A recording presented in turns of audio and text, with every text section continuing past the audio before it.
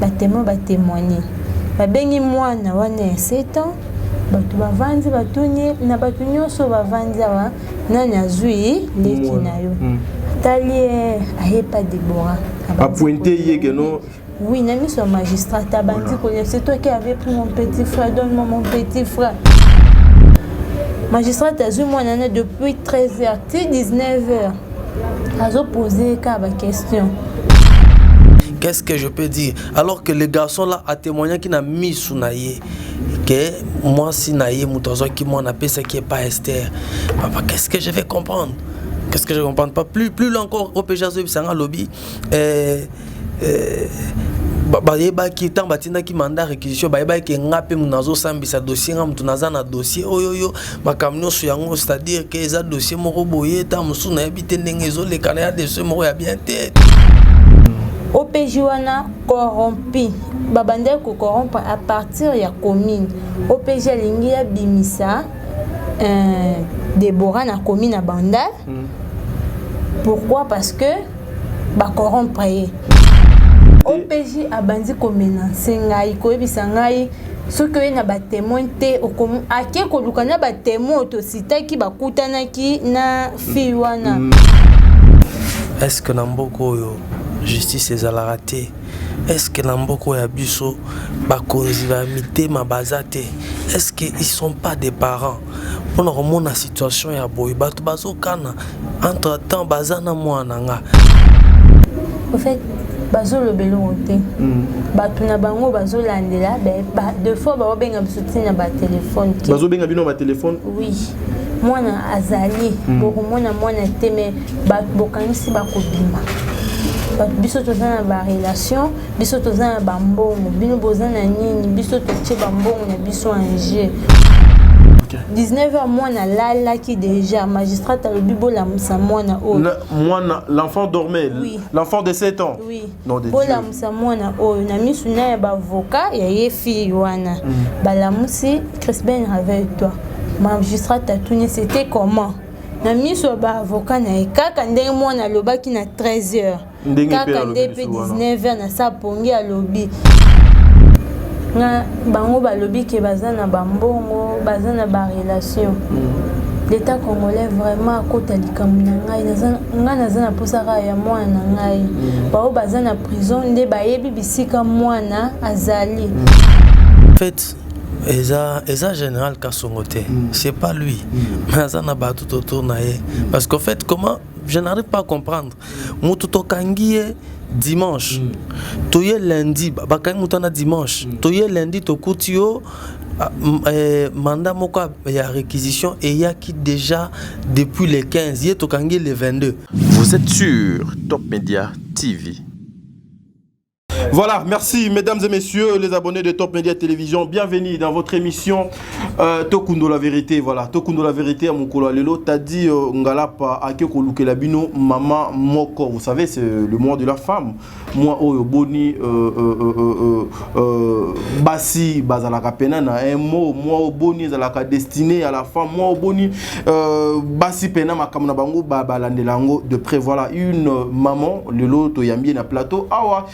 Aye ko sala nini mama oyo aye na plateau lelo ezali pona kobeta masolo ya Congo te ezali pona kobeta masolo ya politique te c'est plutôt maman aye na message moko ya pasi oyo na kosenga ba maman nyonso ba parents nyonso ba autorité nyonso ya mboko oyo bolanda yango avec bokebi nyonso na bokebi nyonso bozwa litoi pena bo defisa maman oyo azana pasi ça fait plus d'un mois aujourd'hui une femme mariée na mobali na ye bazozwa pongite bazozwa kimia te pour la situation ya mwana na bango oyo baye ko yiba bango mwana na maboko na ndako bake na ye ti mokolo alelo mwana na bango azomona na te. Voilà, cette émission est allée assistée par Mauvais Ox. Merci beaucoup mon kulutu Santino Londala, merci beaucoup Eli Eliezer Coco Dément, tu es derrière la caméra pour la réalisation de cette émission. Un grand merci à Nadia Zouzi. Nadia Zouzi, je te salue hein, maman. Nadia Zouzi depuis Lubumbashi, Ivilunga,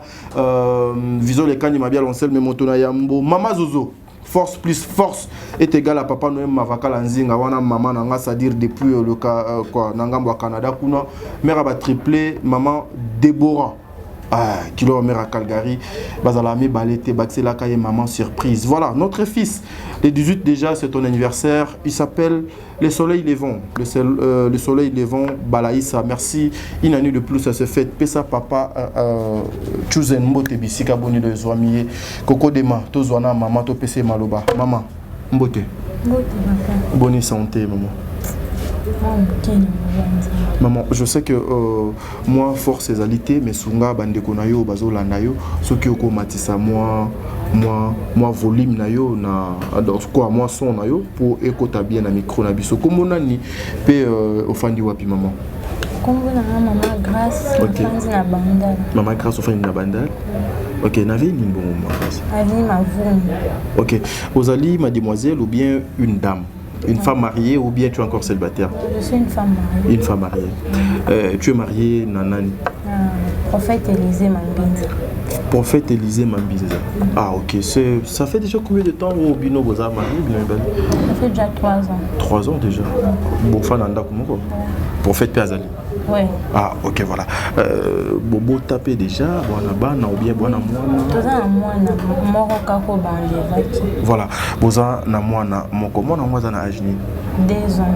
Voilà, merci mesdames et messieurs. Comprenez que Boyende Tokena émission Nabiso, Ezali émission est trop sensible. Et si j'invite tout le monde, le parent, bah responsable, vous aussi qui avez bah responsabilité, moko boya kolande la bajar ya makambo o ceux qui nous ont sali grâce à émission ekoti na mato inayo botika maman boyete maman grâce les kamoni de comédie bino maman grâce.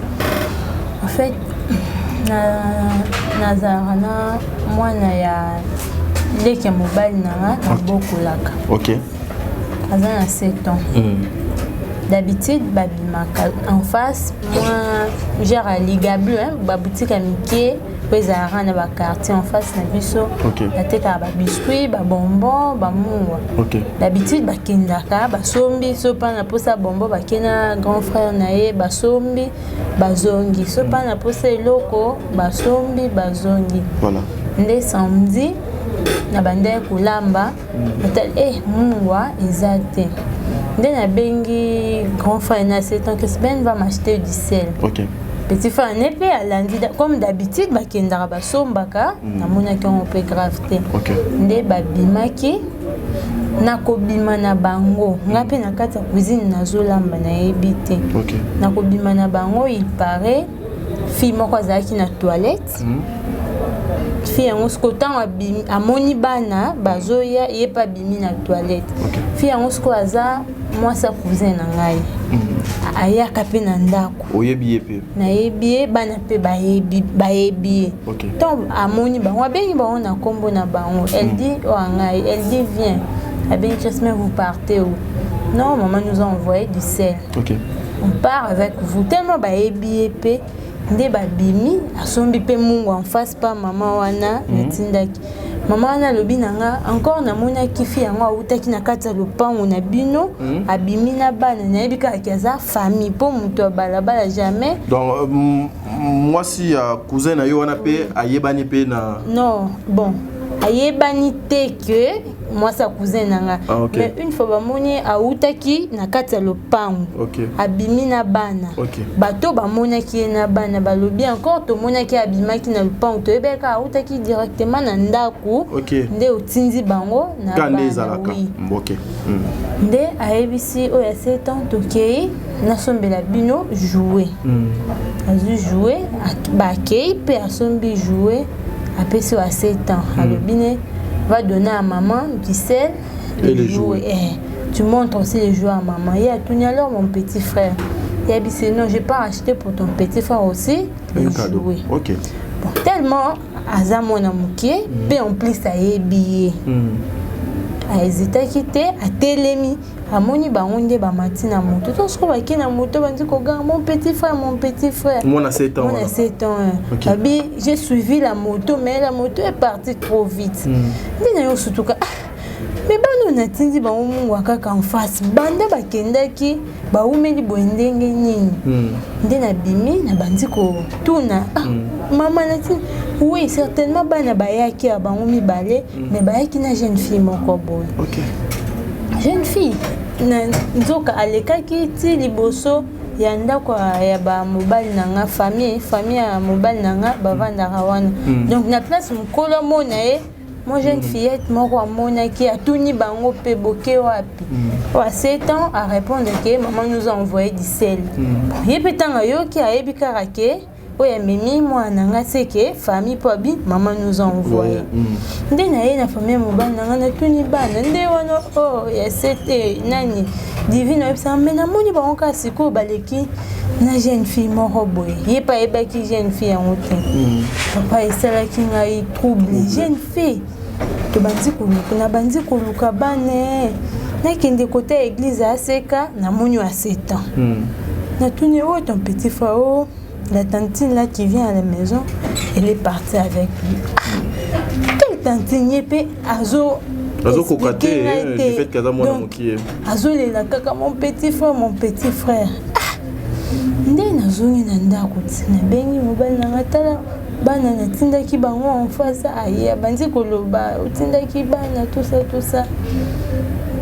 Nde sikoyo batu oyo bamonaki fi wana babanzi ko expliquer nga fi yango ba détailler nga forme fi yango ndinga zaleli nde to okende na cousine ya mobile nango amonaki pe la fille en question nga pe idée te ke makambo yo ekoki kosala mapana ye fi siko na yo okende pa cousine na nga wana tellement azalaka na moto na lobi te nde naosala bacourse aoluka mwana boye fo nazala omoi ata na moto nazwaka yo toute la journée nafutaka yo nde ntango tokomi epa cousine nanga petite cousine ya mobali nanga alobi o ma grâce na omona lokola moto azwaki eldi yeyo si atika abi ya solo mais azalaki na meshe mais achange akomi na plante nde sikoyo nga na yo kokanisa ntango nake koluka Arsène mwana bungaki samedi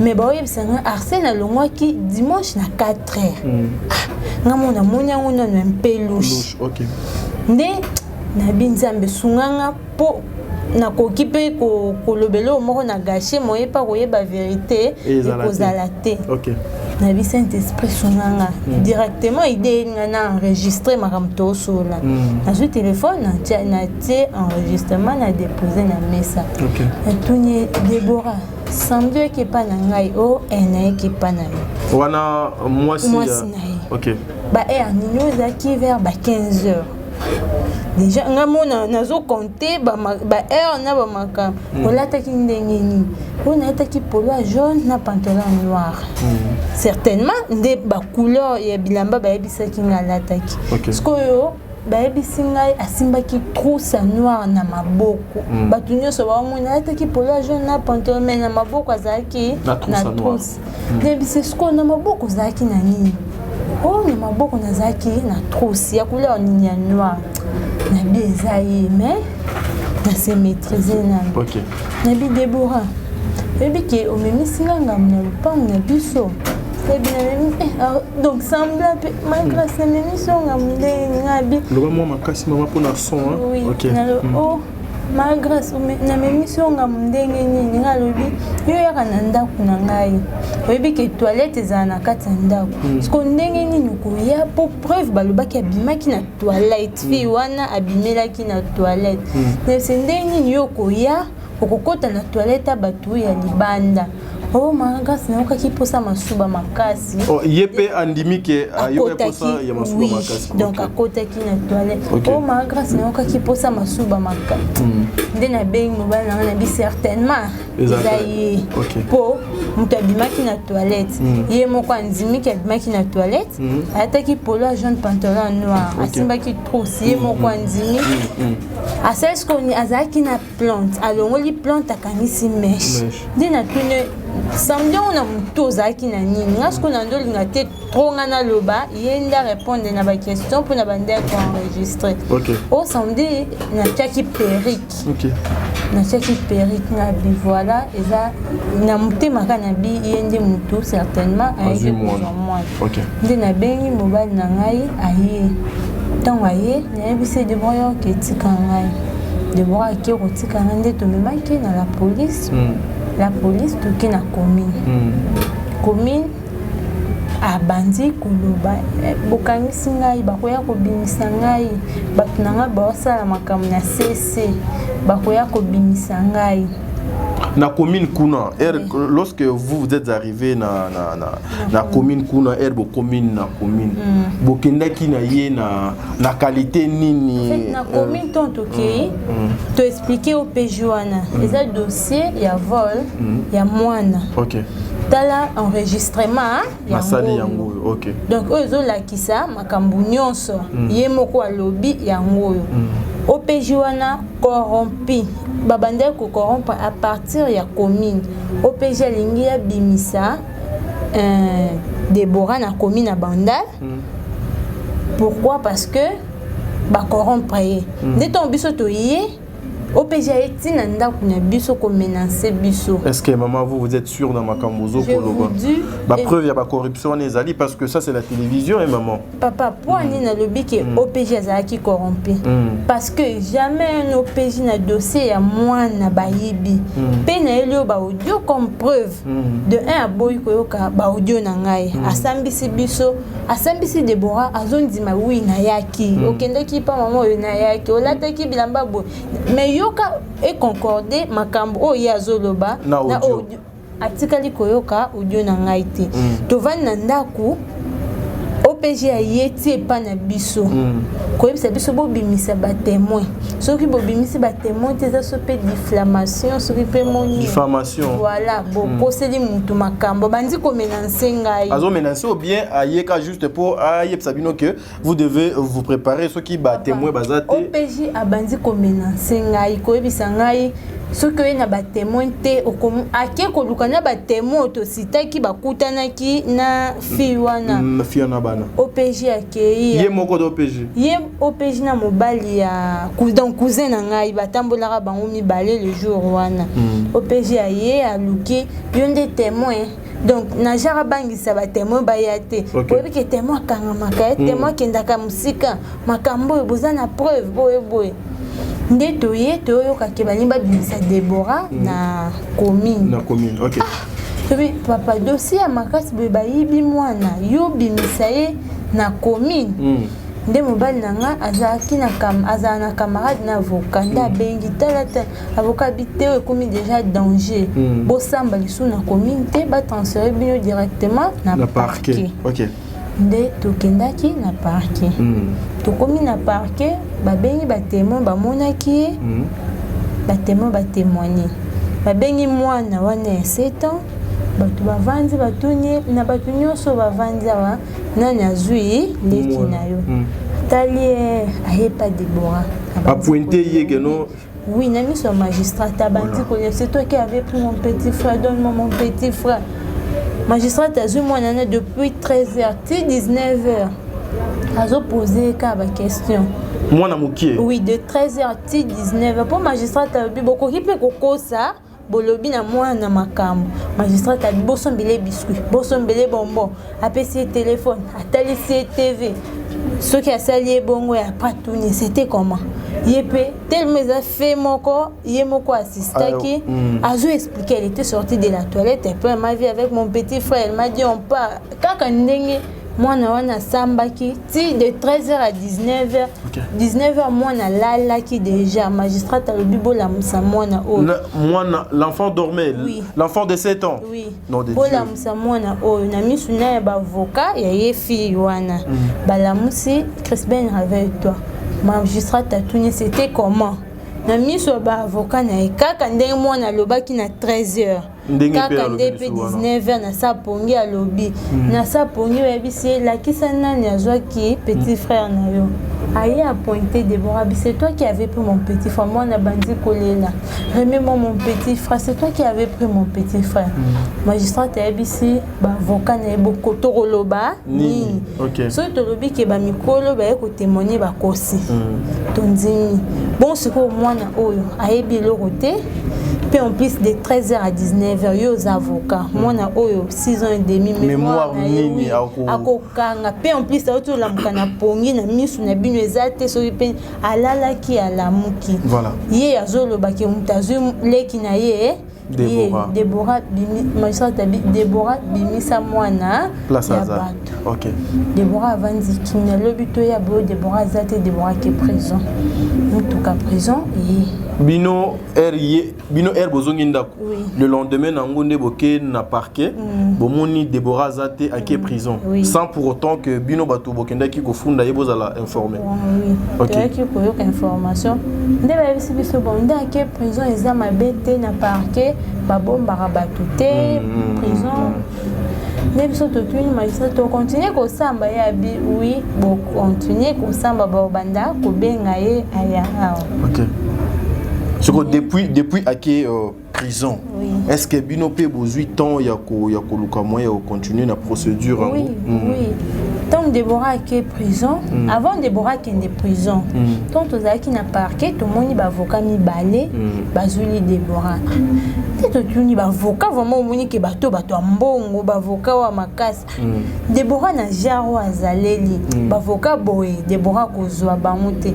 Defi mo boye mo kwa ye pa na ngana mobile na ngwa bisanga ngam na zuli Déborah avocat.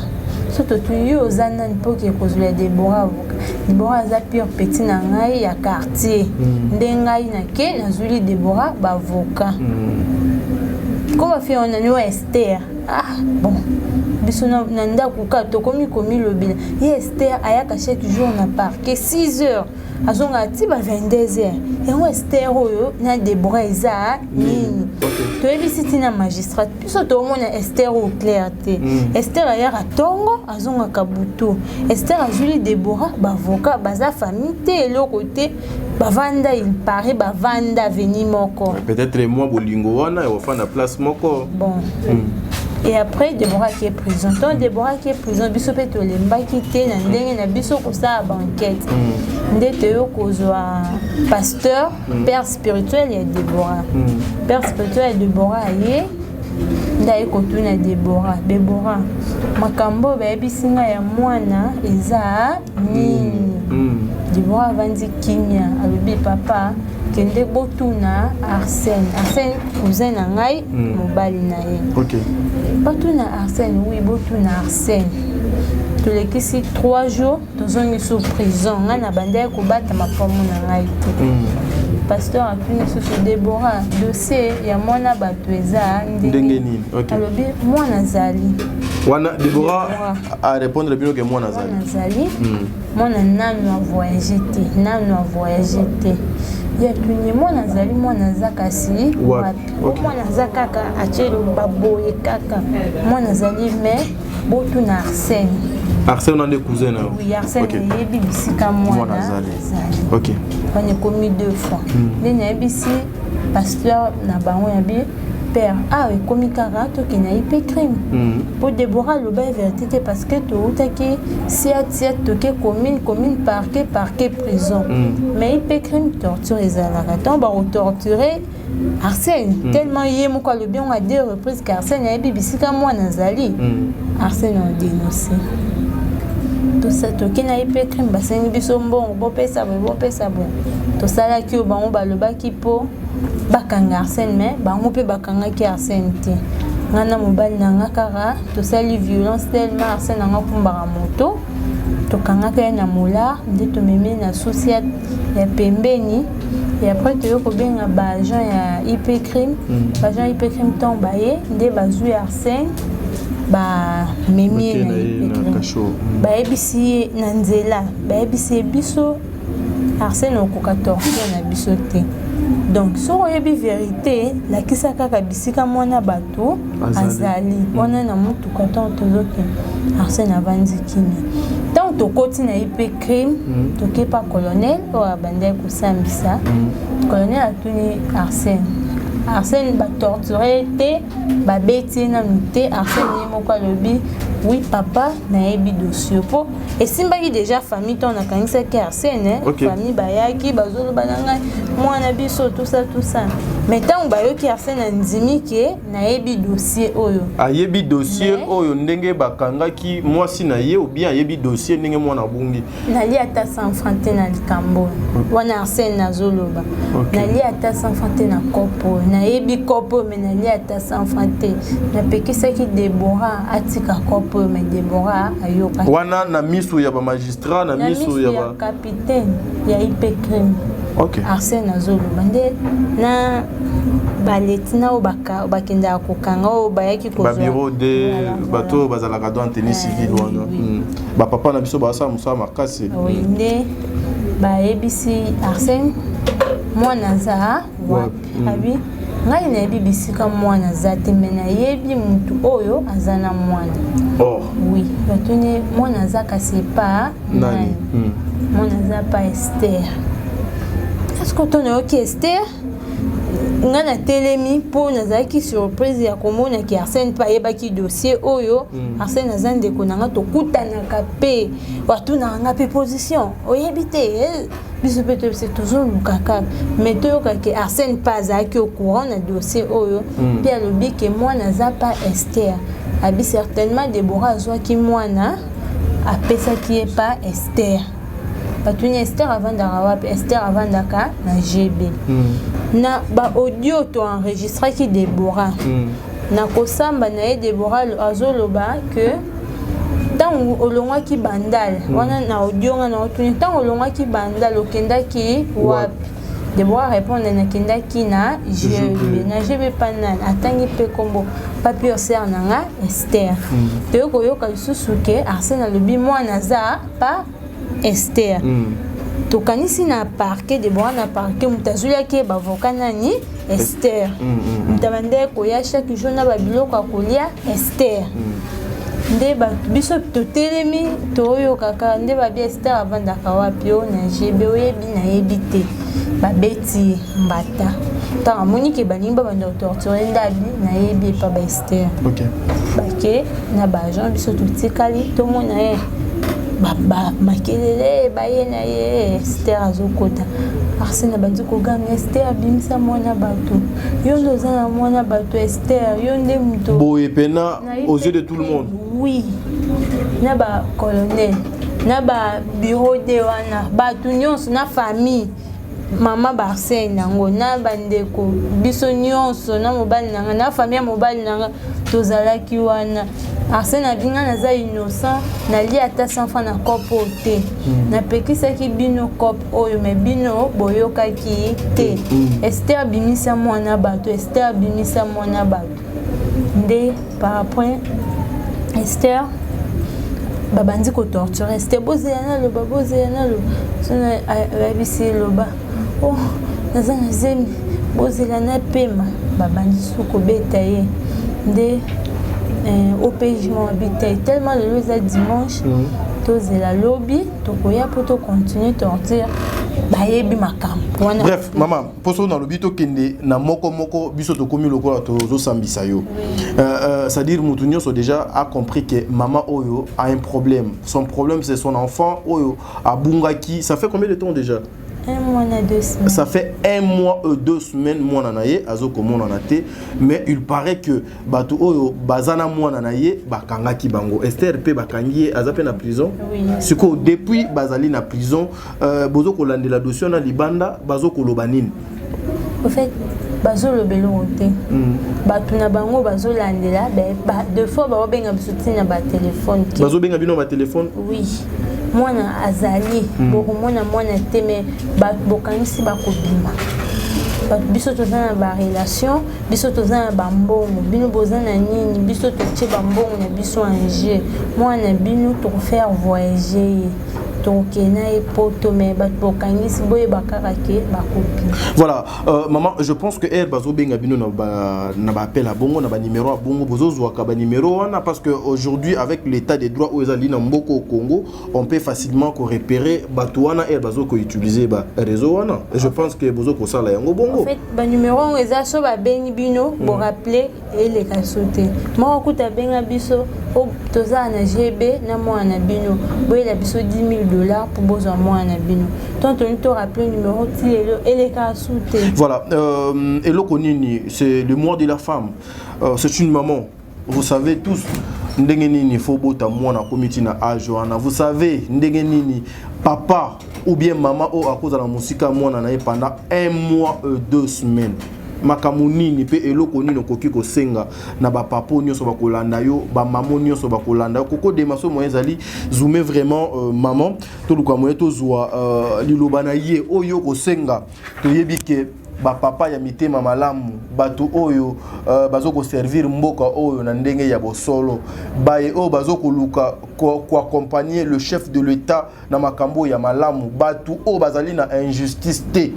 Je pense que bakoluka moye batia maboko na bango pour baluka moye baluka yo la pauvre yo mutoza na elo côté message ni koki kozala na yango pour que to luka moye to chiter na émission parce que to luka moye to ya penati na ndako kuna to récolter ba témoignage bande ko musu kuna. En fait, message na ko pesa na bakonza mboka bakota likambo na ngai. Nga bango balobi ke bazana bambongo bazana ba relation. L'État congolais vraiment à côté de Kamunangai, nazana posaka ya mwana ngai. Bao bazana prison nde bayebi bisika mwana azali.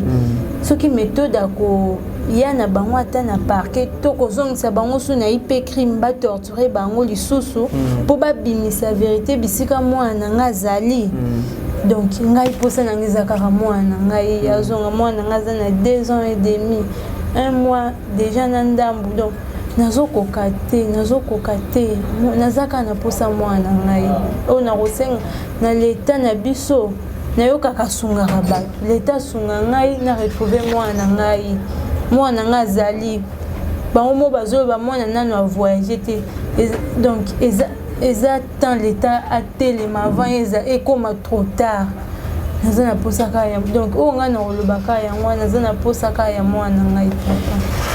Voilà, merci mesdames et messieurs, c'est un dossier tellement trop sensible. Priez aussi pour nous, ceux qui faisaient ce genre d'émissions, parce que nous allons vraiment exposer la tentation, mais nous savons que les bons dias à la wana poisson biso, ni na koloba, commentaire ni na ocha. Vous avez suivi l'émission. Ici, on n'a pas incriminé une partie, on n'a pas cherché à exposer une partie, mais on a juste l'essentiel et vous avez compris que maman Oyo a besoin, il y a moi nanaye à mon nana voilà mesdames et messieurs, il y a Top Media Télévision naebi qui est beau ça la biso confiance mais permettez-moi c'est pas professionnel mais je veux le faire parce que bien que moi personnellement on en a beauté mais jeux de sœurs qui ont des enfants, jeux de petites sœurs, jeux de frères nazape peut-être na moi si oyanga azana bana c'est-à-dire bazape bana nanga donc je suis parent moi aussi alors likambo bana ça fait trop mal bon comprendre que cette dame ndafandi boy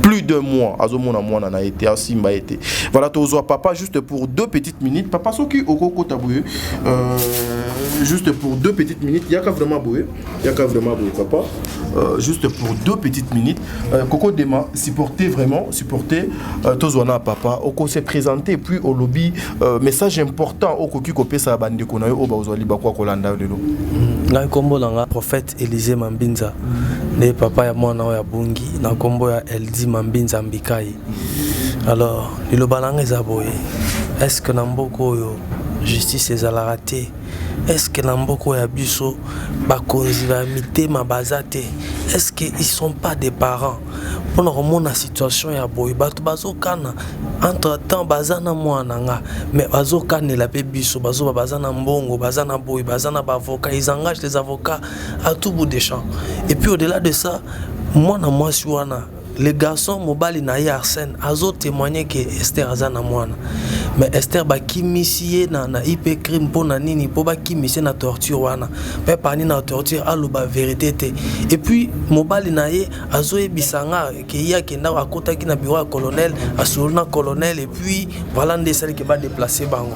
J'ai pris vraiment Zambalola Asimba quand même attendez avant que donc on continue. Vous savez que IP Mezali moko ya babisika oyo que ba congolais et belé batelaka misu bisika o confiance na biso ezali bisika oyo le général Silvano Kasongo place pena azalaka bisika boni atie confiance na ye pona koluka moyen ya ko détecter pe ko zo ba nyonso bazo konyo ko la population mais koyoko koloba biloko yo est-ce que assurance moi est-ce que vous êtes sûr il y a obino bozolo parce que biso toyebi ke kuna zalaka bisiko so okei okobimana solution mais koyoka yo ça fait peur. Oui, en fait Eza général Kasongote, c'est pas lui. Mais ça n'a pas tout autour naé parce qu'en fait comment je n'arrive pas à comprendre. Mututo kangie dimanche.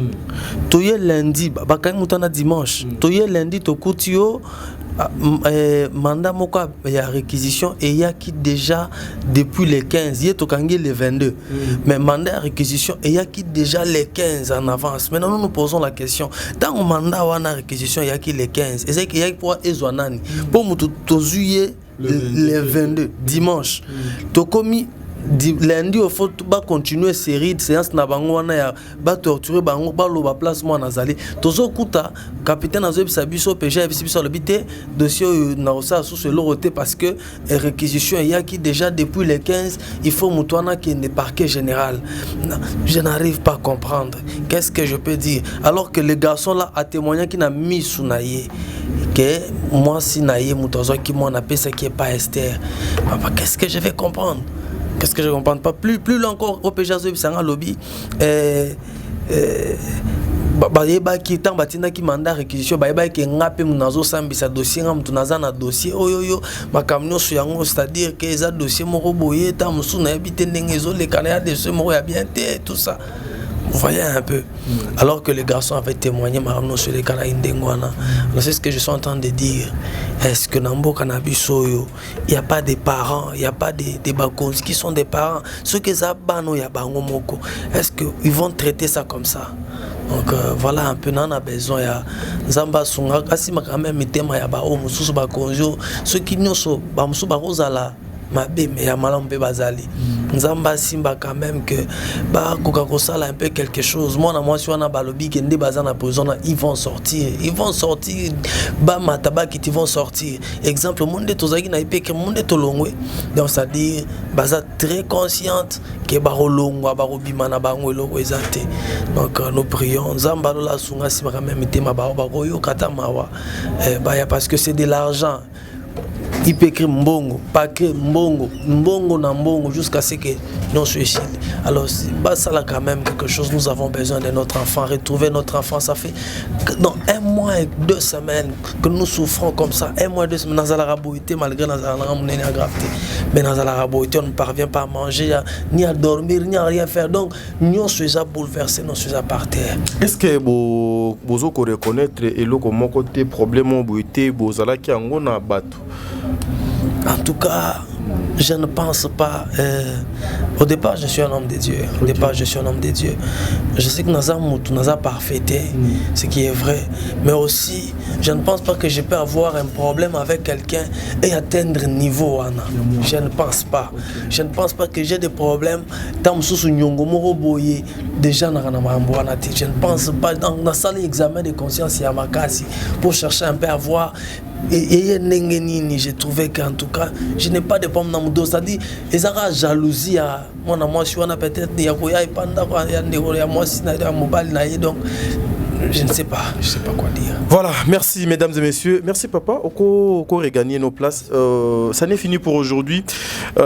Numéro ya ba maman, biso to kozwa numéro oyo, ba enyo so ba kozana besoin ya kozwa bango, ba enyo so ba kozana posa ya ko contacter famille oyo, les avocats, le magistrat, le juge, ba konziamboka oyo, bino ba que le bon Dieu a sala bino grâce bozana ba pété na ba grade au bozanango.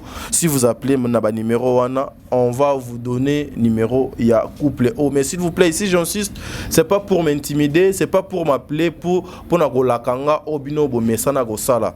Mutu abanga kaliwa soki azana vivant.